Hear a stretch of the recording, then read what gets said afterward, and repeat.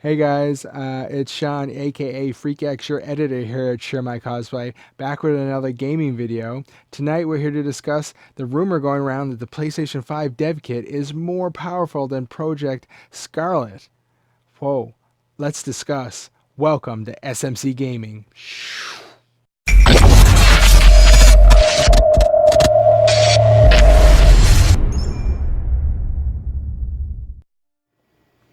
Hey guys, we're back for another video, and as we mentioned in the opener, we are here to discuss the rumor that's flying around that the PlayStation 5 is actually more powerful than Project Scarlett. This has been a rumor for the last week or so.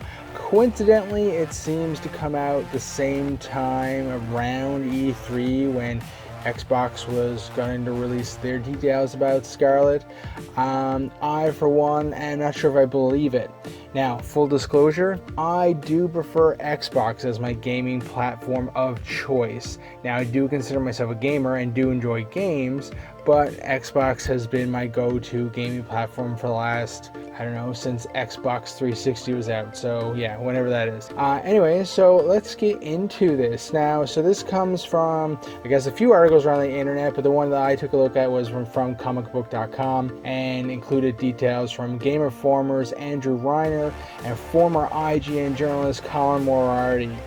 Basically saying that they had heard from developers that the PlayStation 5 is much more powerful than the Xbox Scarlett. Now, of course, Microsoft press conference, we only ever talked about Project Scarlett. The long-rumored Lockhart and Anaconda they never got into that. They're just talking about one system. We kind of, from rumors throughout the year, have always thought there's going to be two systems, a low-end system and a high-end system. And so, because that is kind of the notion that everyone's going with, that's what we're going to refer to in this video.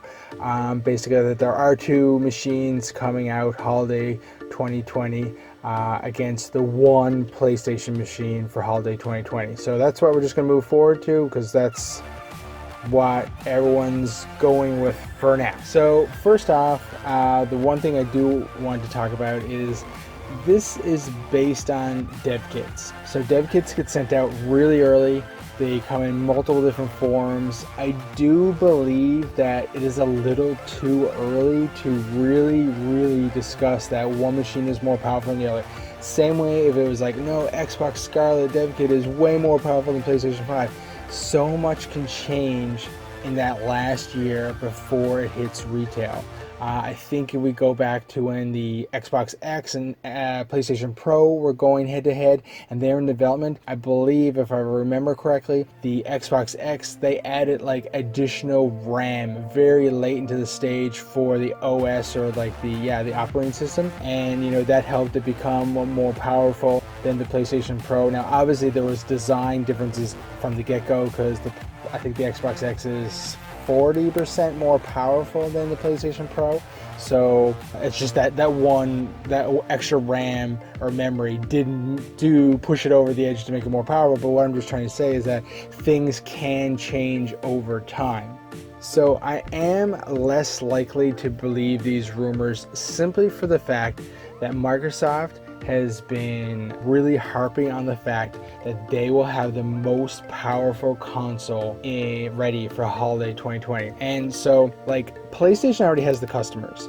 And we're going to do another video probably on this down the line, that PlayStation 5, they're already set. They've got a bazillion customers lined up to buy that console, where Xbox will have an uphill battle to gain traction, even if they have the most powerful console. But what I do believe, because of that, I do believe the only things that Microsoft has going for it is the fact that they need to have that feather in the cap where, like, hey, this is the most powerful console in the market.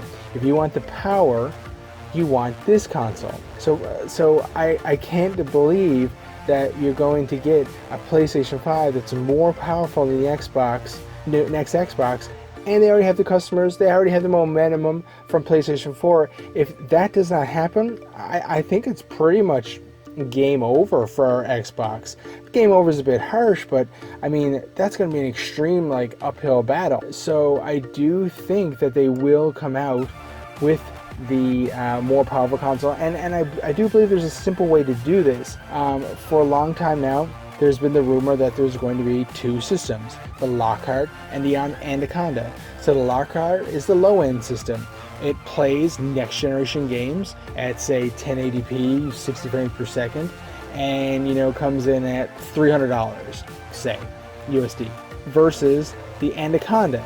Now, the Anaconda is already said to be the premium system, just like the Xbox X was when it first released.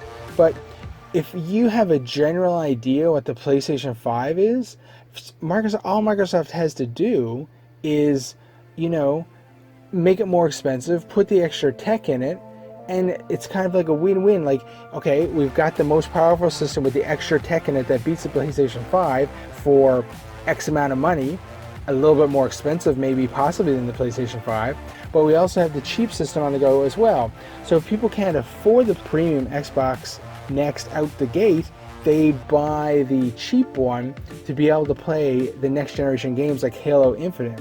And then later on maybe they upgrade or some people save. But it's an easy win for Microsoft where they just throw more tech at it to push it up above the PlayStation 5, knowing that the price might go up a little bit.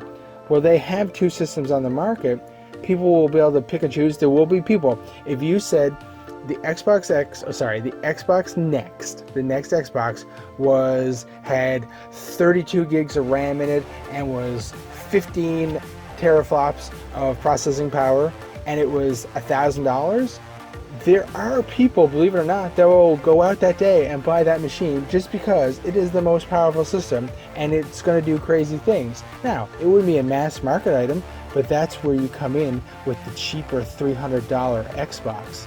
And that bats clean up, and the people that don't want the next Xbox that's super expensive are not sold on the PlayStation 5 because, oh well, it's not the most powerful one. They'll be like, maybe I'll just pick up the cheaper next generation Xbox because I'll just have something to play some games and I'm good. So like, that's all Microsoft has to do. So the fact that these rumors are out saying that no, the PlayStation 5 is actually going to be more powerful, I find it just really hard to believe. Now, there may be a case. In reality, the current dev kit that is out is more powerful than the Xbox dev kit. Maybe the PlayStation dev kit was just further along than the current Xbox dev kit. Or maybe you have PlayStation-centric developers that have priority to get a PlayStation dev kit compared to they might do an Xbox game, let's send them a dev kit as well. You know what I mean? Like where they get like the lesser of the dev kit because it was further not as further along. You know, there's a whole bunch of scenarios. But the fact that these rumors are swirling around that the PlayStation 5 is more powerful than the Xbox Next, I don't really believe it in the long game, as in like what we're going to see holiday 2020. The fact is, PlayStation has a way larger install base. That means more customers. That means I'm more willing to believe anything positive for PlayStation. Even these, the insiders, the editor at Game Informer and the IGN journalist, they, I think in the article, mentioned that they kind of lean towards PlayStation-y stuff. They favor it a little more. So maybe they're a bit more in tune to believe that the PlayStation 5 is more powerful than the Xbox and accept it easier, you know, than somebody who's like myself who'd be like, no, that's not possible, or I doubt that. I do think this is a fair argument that I'm bringing. If you guys have your own ideas or comments, please feel free to leave them below. I'm really interested to see what you guys said. I would like to hear what I'd like to say about this. Let's start a conversation, a dialogue. Let's talk about this some more in the comments below. Also, if you do get a chance, if you like this, feel free to give it a like and, you know, possibly subscribe so you don't miss anything else. We are still doing a combination of cosplay videos and video game related material, and we do plan to move forward with both. So hope you're enjoying this, and thanks for listening. Have a good one. Bye.